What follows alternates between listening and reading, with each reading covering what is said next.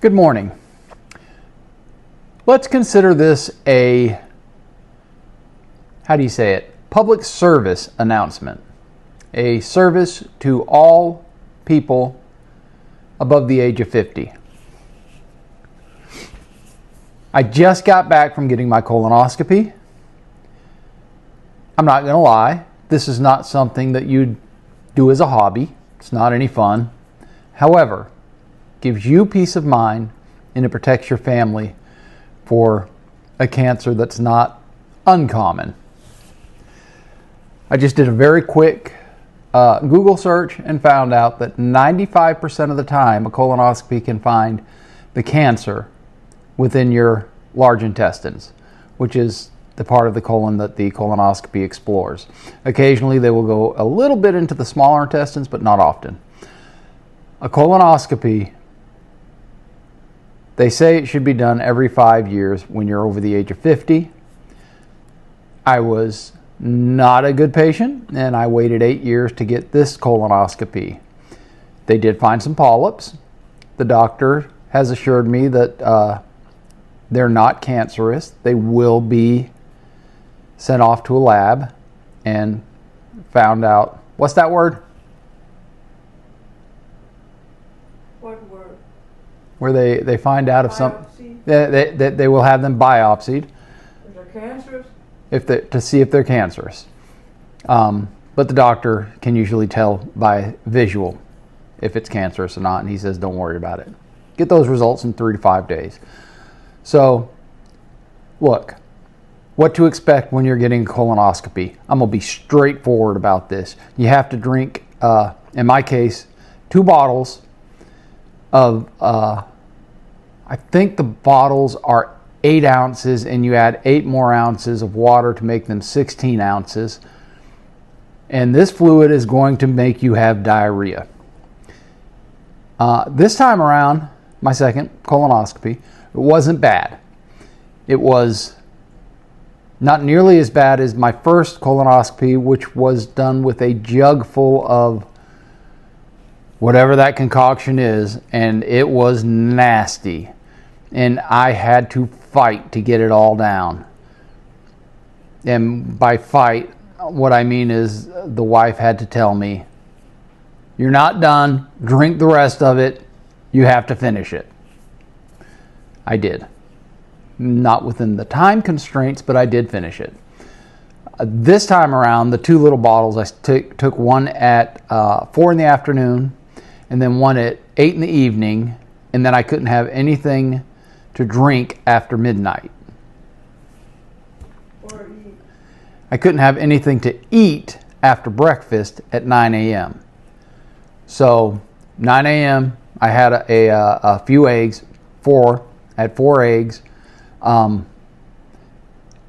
then that's it. I could drink what was listed on the direction sheet, which basically came down to me having some lemonade basically. And that's all you could have all day. And then you can't have anything to drink when you wake up. I opted to get the earliest appointment I possibly could, which was 7 in the morning, which means I had to be at the clinic at 6:15. They want you there 45 minutes early. Let's back up a little bit. You're going to sit on the toilet, I don't know how many times. My guess would be somewhere around 20. And by the end of your time on the toilet, you will have almost perfectly clear liquid after the second dose of this medicine. It's not fun. It's not the end of the world. It is definitely not as bad as food poisoning by any stretch of the imagination. Number one, you expect what's going to happen, so you're prepared psychologically. And number two, if you're smart, you use a little bit of Vaseline around the orifice that you know the fluids are exiting in your body. So, it's not the end of the world. It's not any fun. Like I said, this isn't anybody's hobby. But a necessary, I'm not even going to call it evil, a necessary procedure. So, in the morning, I went to the clinic. They checked me in. signed all the legal documents to protect the doctor from lawsuits and the anesthesiologist from lawsuits. And they brought me into the back at right around 7, maybe a little before, maybe a little after. I don't know. Things are all kinds of. I don't handle anesthesia well, so I'm very nervous about it. I don't have problems with it. I just don't like it.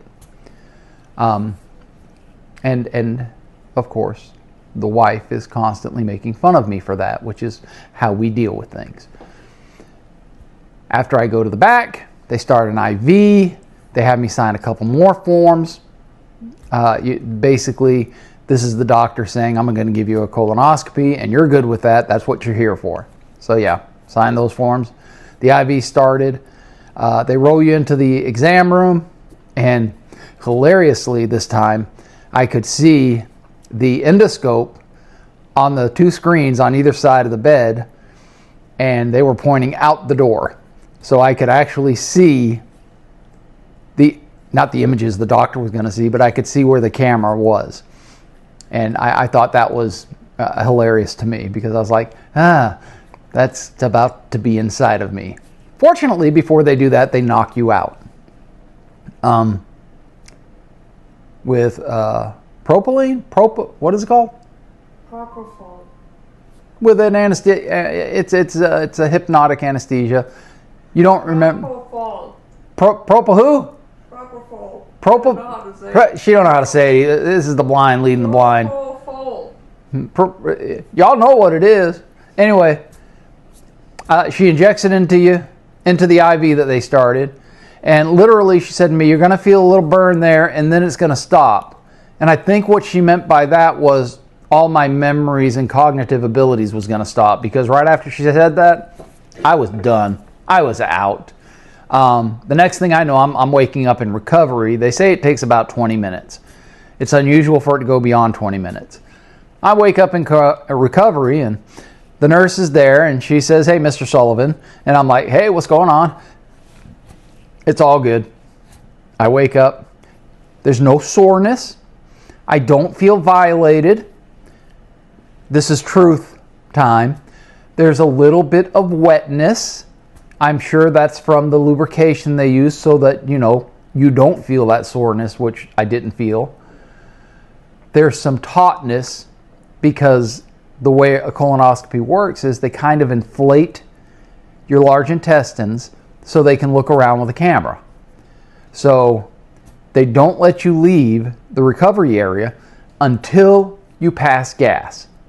Happy to say, never really been an issue with me. I passed gas fairly quickly, and we were out the door.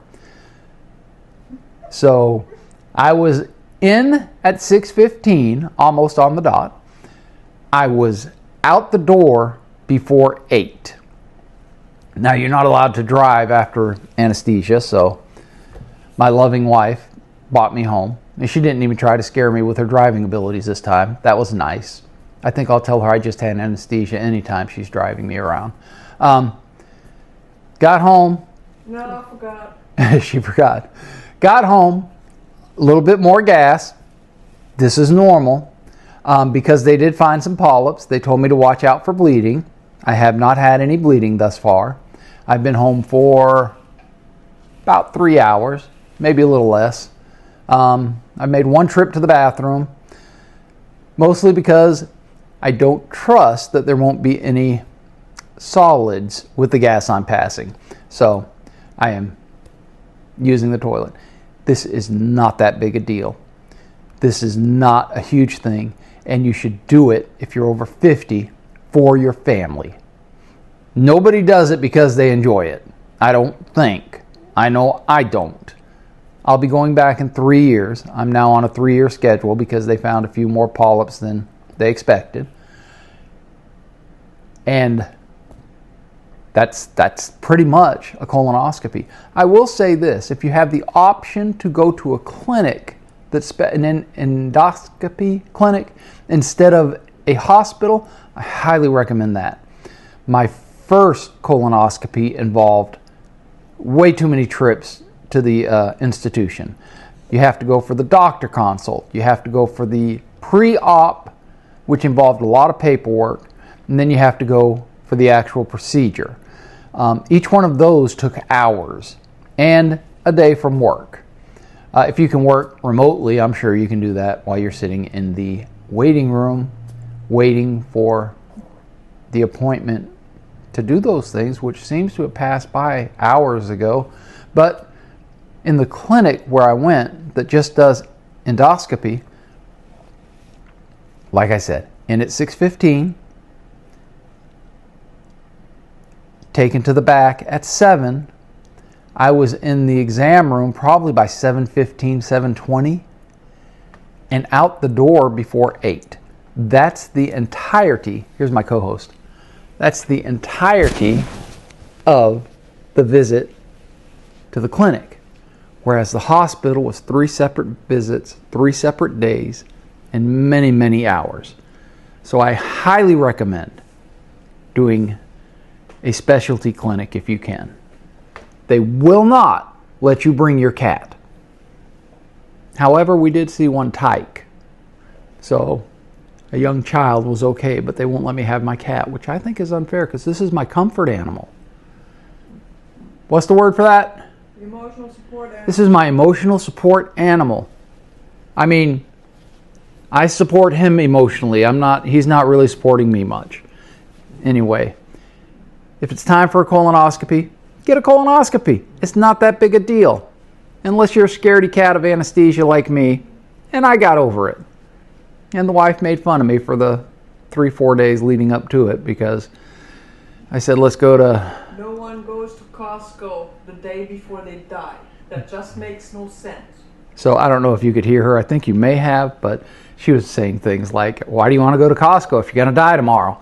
You know, because we love each other and that's how we treat each other. Wench. So, 50 years old, get a colonoscopy. Give yourself peace of mind. Give your family peace of mind. And show cancer the middle finger. And show cancer the middle finger. Absolutely.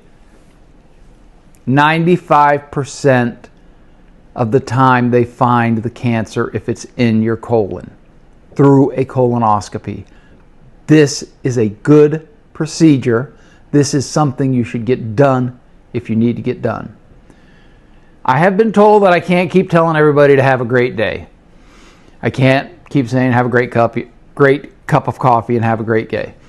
So I have to find some new It's called a sign-off. sign-offs. And I'm back from my colonoscopy, so there wasn't a final sign-off. And I'm not sure how to do that yet, so I'll just say this. I hope you have a mediocre cup of coffee and just an okay day. No, I'm getting the look. I hope you have a fantastic day, and I mean it. I'll see you guys next time.